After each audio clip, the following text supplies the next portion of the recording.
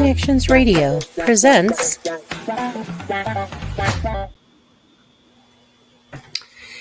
Welcome to Vegas Hockey Hub here on PRConnectionsRadio.com, the voice of new media. I'm your host, Ian Rachiele, and on this edition of Vegas Hockey Hub Recap, where we break down every single game of the Vegas Golden Knights season here on PRConnectionsRadio.com, we are going to be discussing the game that we just attended. In fact, hence why I'm still wearing this shirt. I just got back from T-Mobile Arena at the Fortress as we're breaking down the game that happened between the Vegas Golden Knights and Minnesota Wild. So this would be a game, certain amount of highs, certain amount of lows. There's plenty to cover, a lot to go over here on the show. So going to this game and actually watching it and being able to see it was a fantastic experience. I do want to say that it was a fantastic moment going to T-Mobile Arena, going to the Fortress, being able to watch this game live. I do appreciate everybody who helped us out on that end. So the Vegas Golden Knights going on against Minnesota Wild. And this game is going to be a lot of fun to talk about here on Vegas Hockey Hub Recap. So go to PRConnectionsRadio.com, the voice of new media, and check out all the new content we have on the network. We have a dozen shows, including Vegas Hockey Hub.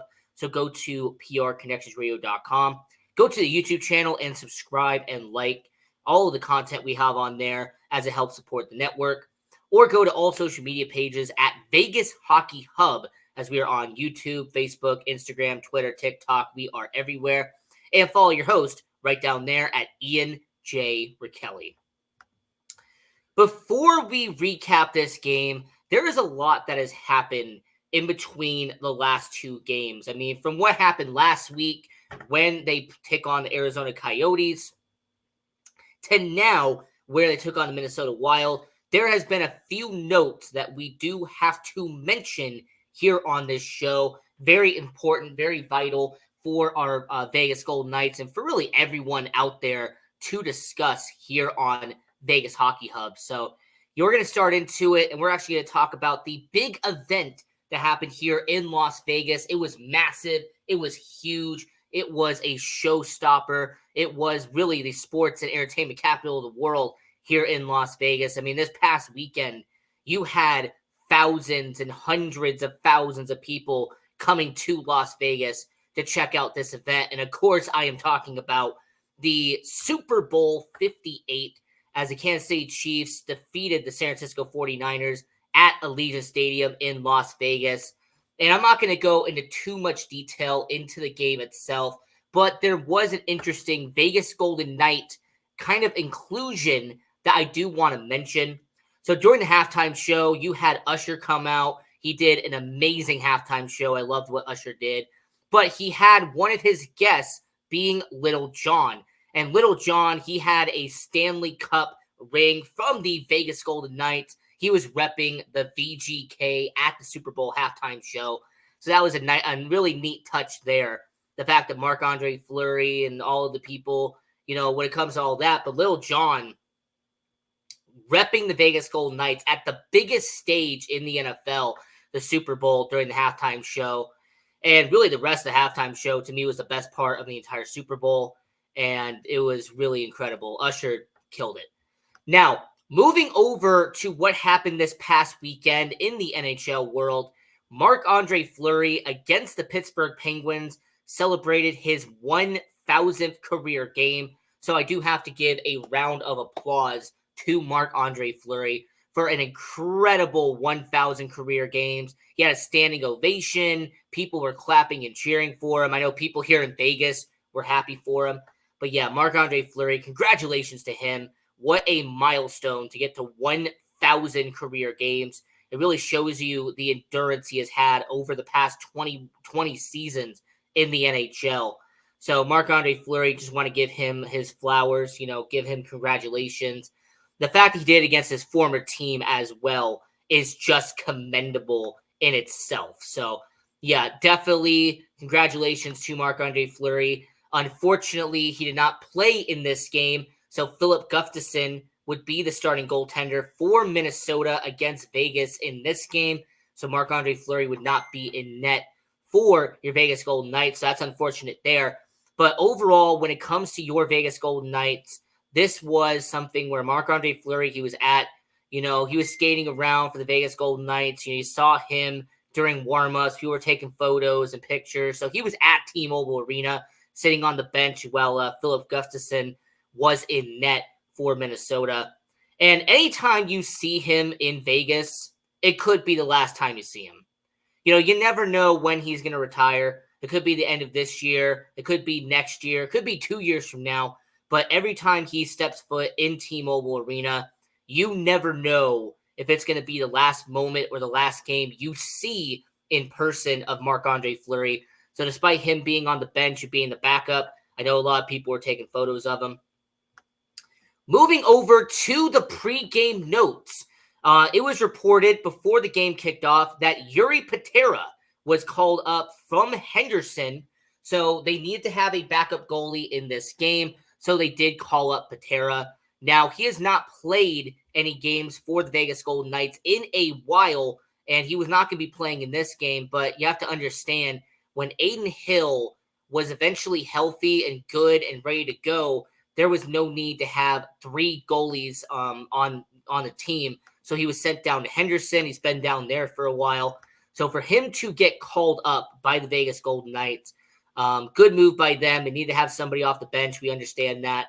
And for a guy like Yuri Patera, this is someone who is a young goalie, up-and-coming guy. So good to see him kind of, being back on the organization, being called up and being with the Vegas Golden Knights as that point. You also had the news of Caden Korzak, the young defenseman, a guy who's played a well amount of games this season for the Vegas Golden Knights. He is being sent down officially to the Henderson Silver Knights. You'll say Caden Korzak no longer in the starting lineup. Now, this is good news for Vegas because they have had a defenseman who has been gone for what it feels like almost 3 months with the Vegas Golden Knights. And he's wearing the red jersey. We've been talking about that here on the show. And it's a possibility that he does come back at some point in the near future. But it's, a good sign on that part. But unfortunately for Caden Korzak, since he's waiver exempt, since he is a prospect with the Golden Knights, he was being sent down to Henderson to the AHL. So Yuri Patera, he was called up. Caden Korzak was called down and sent to the AHL. So that was kind of your corresponding move there in terms of the roster spot perspective. And then there was the interesting note of an illness. So Logan Thompson, who, even though Adin Hill has been starting in net for the Vegas Golden Knights over the last couple of games, and we've talked about that in full detail, Logan Thompson, who has not played since the Detroit game, he is out with an illness. So he would not be on the bench. He would not be with the team. So he is out with an illness right now. Now, everyone makes a joke about the Vegas flu, like, maybe he has the Vegas flu. But I think this is the second time this season. It happened like in the beginning of January too, where Logan Thompson would have an illness and you'd have Patera or you would have Hill or even Seville. Like somebody would have to come in and replace him on the roster as a spot because he would be out with an illness. So very unfortunate for Logan Thompson. I mean, look, illnesses happen, injuries happen, sickness happens. I mean, it's the NHL. It's a grueling season. We get it. But Logan Thompson out. And Paul Cotter being out as well. So Paul Cotter, I mean, he has been doing, a solid job over the last month with your Vegas Golden Knights. But unfortunately for Paul Cotter, he would also be out with a sickness as well. So Paul Cotter, Logan Thompson being off of the active roster and in the starting lineup. So they would be out with an illness on that point. Now, this did open a roster spot for Jonas Raunbjerg. So Jonas Raunbjerg, he would be on the bottom 6 for Vegas in this game against the Minnesota Wild. And we'll go over the starting lineup in about half a minute. But yeah, Paul Cotter, him being out, Logan Thompson being out. Then you have Shea Theodore skating around in a red jersey. So your Vegas Golden Knights at this moment in time, they're getting some people back. Some people are getting injured. Some people are getting healthy. It's a big process here in Vegas.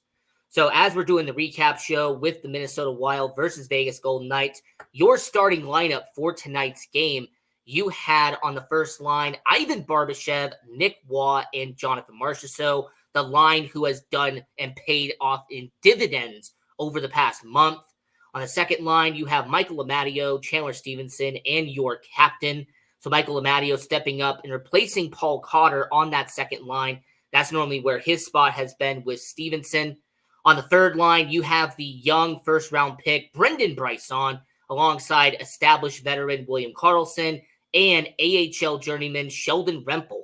So Rempel, Karlsson, and Bryson on the third line. And then your fourth line would be Raumberg, Howden, and Kolazar. So Brett Howden and Kolazar have kind of actually established a chemistry now because it's been about 7 or 8 games since Nick Waugh has been promoted. So Howden has filled right in on the fourth line center. Defense has kind of been the same. You have Martinez and Pietrangelo. You have Haig and Whitecloud. Then you have McNabb with whoever he has alongside him since Shea Theodore has been out. So that's really your starting lineup for the Vegas Golden Knights. Really no complaints on this end. I mean, there's really not much you can say negatively about this. I mean, there's not much, negativity about the starting lineup. I mean, there would probably be maybe one small change that I would make to it. And, considering the injuries and everything, there's a reason why they probably didn't make that move.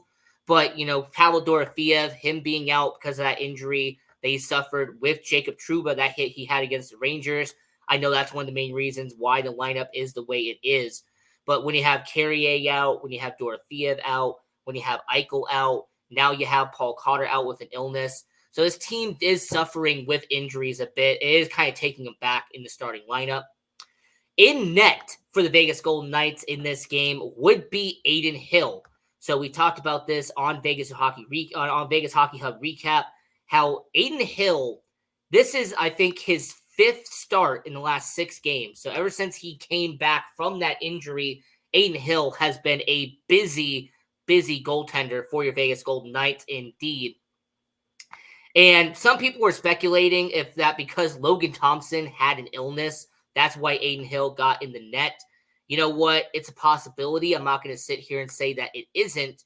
However, are you really going to start Batara? Like Batara's last start was against Colorado Avalanche, and that's when they got shut out in that matchup. So, Adin Hill, they're trusting him because he is a established veteran. At this point, he has been a lot more in terms of starts than the other 2 guys they would have available. And in the pregame, so before the game kicked off, you had the lights and the presentation, the show. They also had a very nice moment for Alex Pietrangelo. So when it comes to Alex Pietrangelo, a very nice moment as they celebrated his 1,000th career game in the NHL over his time with the St. Louis Blues and Vegas Golden Knights. Now, something special the Vegas Golden Knights did is that they actually had not only a video package for him, but his family actually joined him on the ice to do a celebration for him. So that was a really nice touch. Seeing it in person and seeing the reactions. We also uploaded a video to our social media pages. So if you go to @Vegas Hockey Hub on all social media platforms, we actually published and uploaded a video of him doing that to begin the game. So it was game time for your Vegas Golden Knights, and not even a half a minute into the first period, who else but Jonathan Marchessault to score the first goal of the game, assisted by Alex Pietrangelo and Nick Waugh to make this a 1-0 game for your Vegas Golden Knights. And I'm going to be honest, and this is because I was at the game, I didn't even see the puck go in. It came from such an angle that I was from the opposite end of the ice, okay? So I'm section 4. I'm on the opposite end of the ice when Marchessault scores that goal. I didn't see it go in. I didn't see how it got in. I had to check the replay twice to see how it got in. I asked the 2 people next to me who were sitting with me. They did not see it go in. But it was crazy to see. The fact that it was such a weird angle and such a weird direction. But yeah, Jonathan Marchessault. And look at the goals. Look at the goal total right there. I mean, Jonathan Marchessault has been racking up goal after goal after goal for your Vegas Golden Knights. He's been doing it efficiently and consecutively for your Vegas Golden Knights. So really solid job by Jonathan Marchessault there. And it really shows you that even if Jack Eichel's out of the lineup, Jonathan Marchessault steps up. Even when Jack Eichel is in the lineup, Jonathan Marchessault will step up. Like, you have two elite goal scorers in Eichel and Marchessault, and you can trust either one to score goals for you. And at this moment in time, Jonathan Marchessault is doing that for your Vegas Golden Knights. So I do have to say, for Vegas, good job there by Jonathan Marchessault. And the chemistry of Nick Waugh and Jonathan Marchessault has been underrated. I do appreciate how Nick Waugh is becoming a more valuable asset for your Vegas Golden Knights over time. So that's a solid job there. I like what we are seeing from him. Now, a negative that we have to go over is the discipline side of the Vegas Golden Knights, as they would actually get not one, not two, but three separate penalties in the span of 90 seconds. All right, so the first penalty was a Sheldon Rempel hooking penalty, so he would go to the box. And then about 45 seconds later, a too many men on the ice penalty. They'd have to be served by Keegan Kolazar, so you would have two people in the box.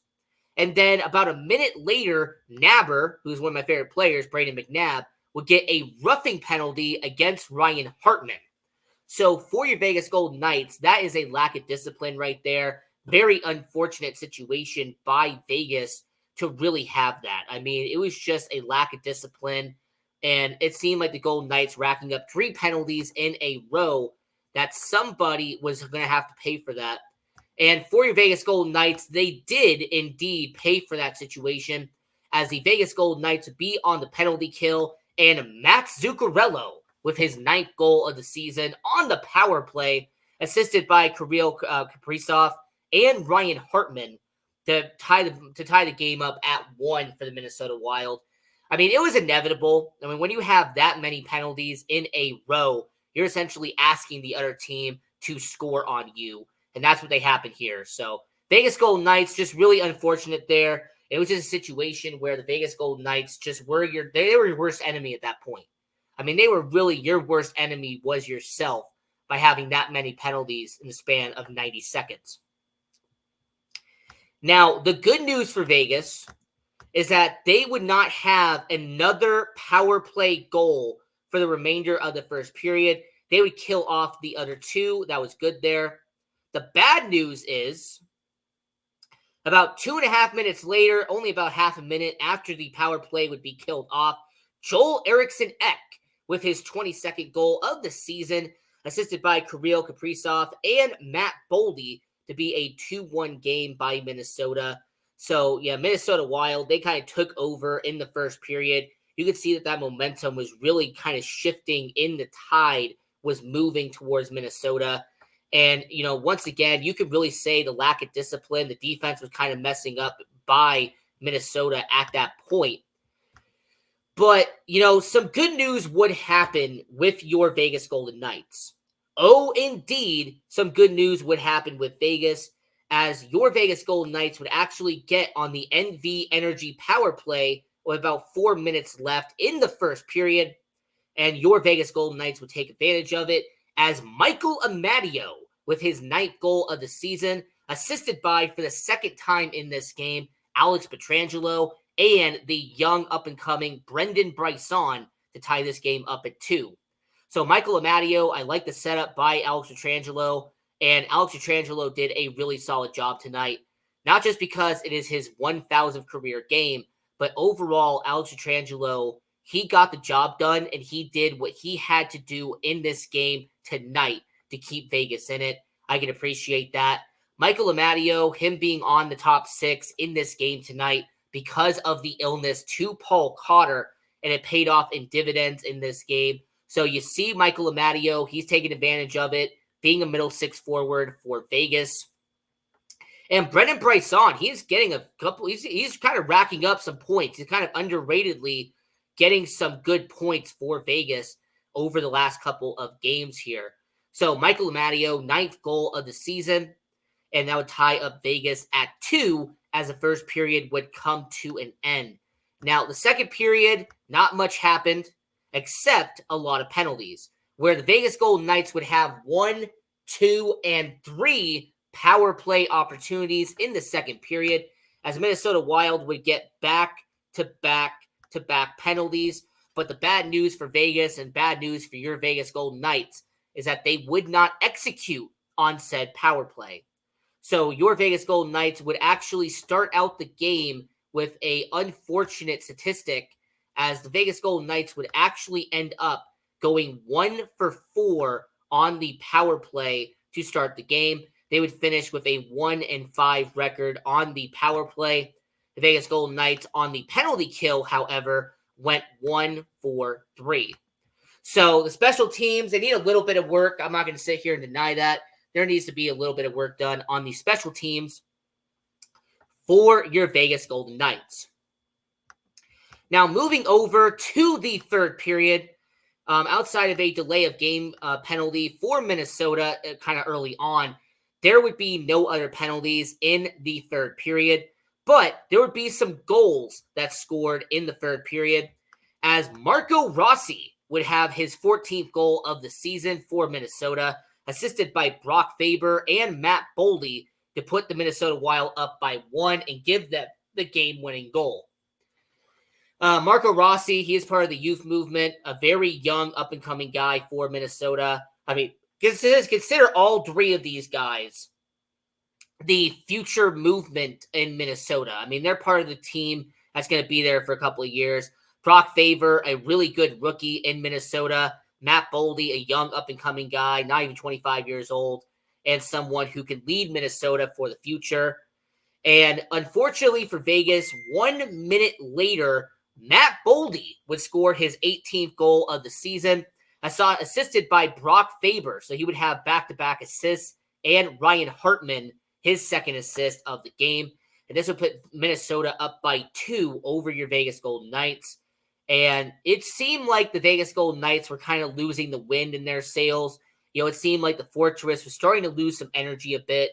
But the Vegas Golden Knights would capitalize on it as your captain's 16th goal of the season, assisted by Chandler Stevenson and Zach Whitecloud, to put Vegas back around 1. So your Vegas Golden Knights, they would only down by 1 in this situation. And with about a minute left in the game, Vegas Golden Knights would pull the goaltender. Aiden Hill would go to the bench. It'd be an empty net situation, a 6-on-5 for Vegas. And Joel Eriksson Ek with a unassisted goal, his second of the game and his 23rd of the season. And this would wrap up the game for Minnesota, as they would actually win this 55-3. I almost said 53-53, because why not? So 5-3, Minnesota did win this game. And, you know, it's just a situation where the Golden Knights did not capitalize on the penalty that they were given. I mean, this was a situation where in that second period, you had 3 opportunities to be on the power play, and you did not execute.